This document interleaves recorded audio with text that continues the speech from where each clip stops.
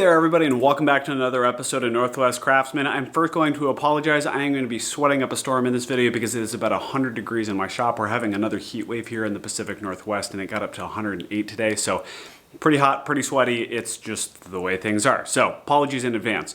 Today we're going to be talking about dado stacks, and one of the questions that was recently posed to me on the channel or in the comment section of my dado stack video was that this person could not put more than, say, a 1/4-inch dado stack in their table saw because there just physically wasn't enough space for it and it wasn't intended for a dado stack.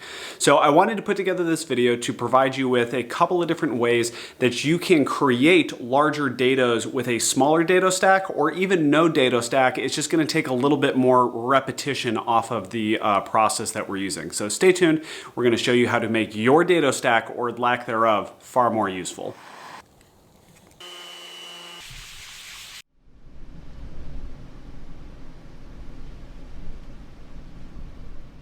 So to simulate having a smaller dado stack that I could have than this table saw will fully accept, I only installed a 1/4-inch for my dado stack. Now I'm going to cut something that's a little bit larger than that, and the primary way, or the first way that I'm going to do it, is using the fence. Now this may seem a little bit self-explanatory because you can just move your fence to different places, and that's really all there is to it. What you're going to want to do is cut all of your dados at the width at the distance that you need for the first wall, and assuming that you have the same distance between your stack and your fence, make all of the cuts that are in that area, and then what you're going to do is just adjust your fence, and then you're probably going to end up not trying to go right to your edge, but sneak up to it slowly to make sure that you're getting the fit that you want.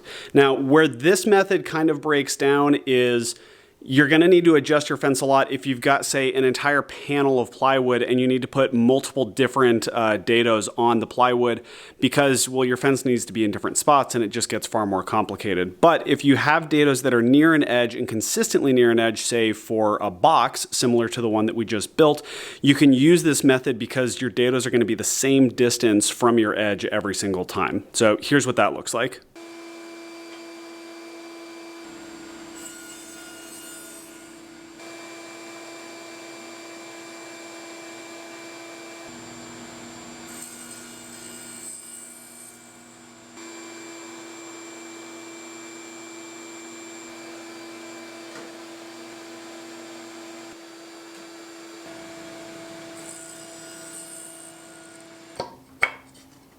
And voila, just like that, we used a 1/4-inch dado stack to get a 1/2-inch dado. This is 1/2-inch plywood.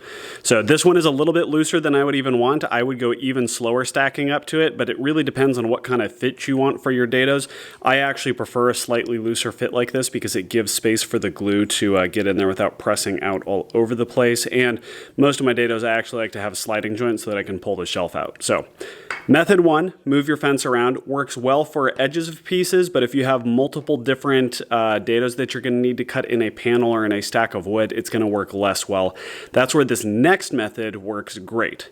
So this next method works similarly to the first, except we're not going to move the fence at all. We're going to move the fence back to roughly its original position. And then what's going to happen is, rather than moving the fence out, what we're going to do is we're going to create shims, which I'm just representing with this piece of plywood. And we're going to set those here so that when we slide our workpiece along, it shifts it by a consistent amount. Now the cool thing about this is that it doesn't matter where you put your original dado because you can always just shift your workpiece a little bit further. So if you've got a whole bunch of them that are 30 inches in, you can do that. You can quickly move to cut other dados and then just quickly put your shims in there and then cut the full-size dado that you'd like. So I'm going to go ahead and create a 1/4-inch dado because I've got a 1/4-inch blade, which will bring me up to a 1/2-inch. And then you can also create, say, an 1/8-inch dado, or sorry, an 1/8-inch shim, so that you can bring it out and get all of those intermediate ones. But if you've got 1/4-inch and an 1/8-inch, you're going to be able to hit almost every dado stack dimension you're going to want. And if you need more than just one, you can make multiples and stack them up in any combination, similar to the shims and chippers on the inside of your dado stack. All right, this is what that looks like. And then actually, before I get started, I would recommend you don't use softwood. I've got a whole bunch of pine over there for work on different things. I would recommend you use a hardwood because it's going to be the most dimensionally stable over time. What you don't want to happen with these shims, if you're going to use them on a regular basis, is for them to warp or cup or otherwise. So if you have a piece of plywood for your 1/4 inchers, go ahead and double check to make sure they haven't undersized the plywood, but that would be a pretty good guess. And then also use hardwood for any of the other shims that you're going to make. And I'm going to use this little bit of maple right here for those.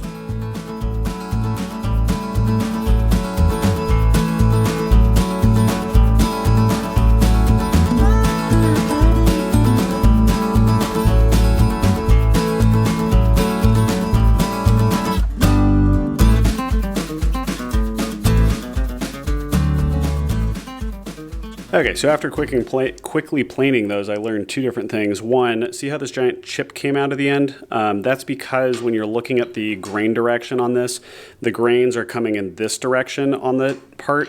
Let's see if we could, so that they look like this on the part. So if you're looking straight on at it, they look like this.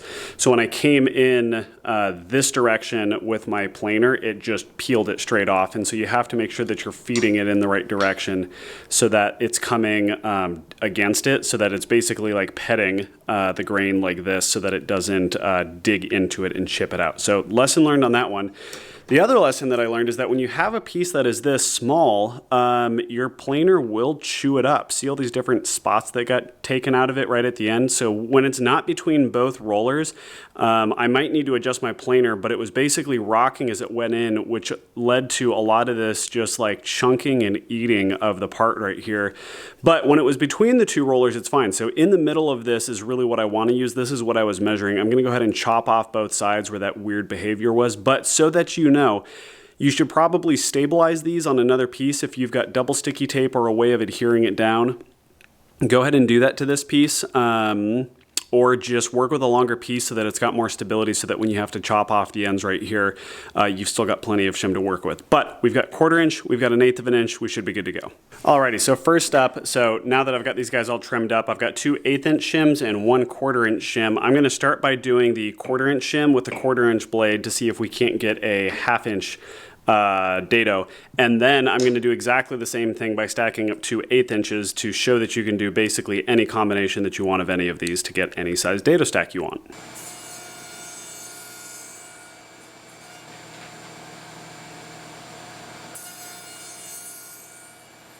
Alrighty, so after 1, 2, 3, 4 attempts, if you count the final one, it finally fits and fits nicely. This one is tighter than I like because you're not going to get a lot of glue in all the different areas. However, this is perfect for a lot of different types of dado joint, and the beauty is you get to tune this for whatever you want. So you're not stuck with whatever your dado stack has you at and what tolerances it has. You get to build this shim to be whatever you want. So if you like it a little bit tight or you like it a little bit loose, make your shim just right, because you're going to keep this for all dado stacks in the future, or for all dados that you need to add a 1/4 inch to in the future. And if you've got short enough pieces like this, you can just chop this in half and now you've got 2 1/4 inch stacks. Just as a note, when you're doing this, any tolerance mismatches that you have in this will stack up over time. So if this is just a hair shy and you put 2 together, you're going to be a hair shy on that larger, or 2 hairs shy on that larger one. Like as well, if you're a hair thick on this, you're going to be 2 hairs thicker or looser on the final one. So I'm gonna go ahead and try it with the 1/8 inch shims now and see if I can't get that one to work.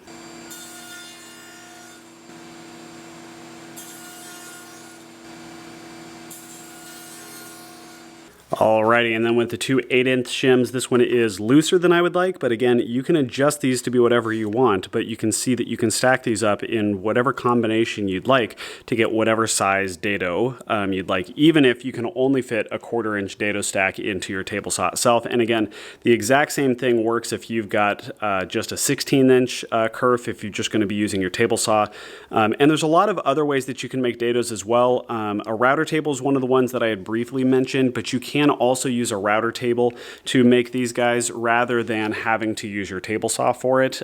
Different advantages and disadvantages, but I hope that you guys learned a little bit about the versatility of the dado stack, even if you can't have the full-size dado stack. So If you guys have any questions about what I did during this episode, go ahead and leave them down in the comment section down below. And if you like the kind of content we have here at Northwest Craftsman, we'd really appreciate a thumbs up and a subscription to the channel so you can see all of these tips and tricks and follow the woodworking adventures. And I hope that you guys are learning something, because again, I don't know everything, and as you could see from earlier in this episode, I still make mistakes all the time. So if you're also seeing things that I could be doing better, I would absolutely love to hear from you. And if you've got other ways to do the stuff that I'm doing, I would love to hear from you as well. So thank you guys for joining. I really appreciate it, and we'll see you guys next time. Happy woodworking. Bye.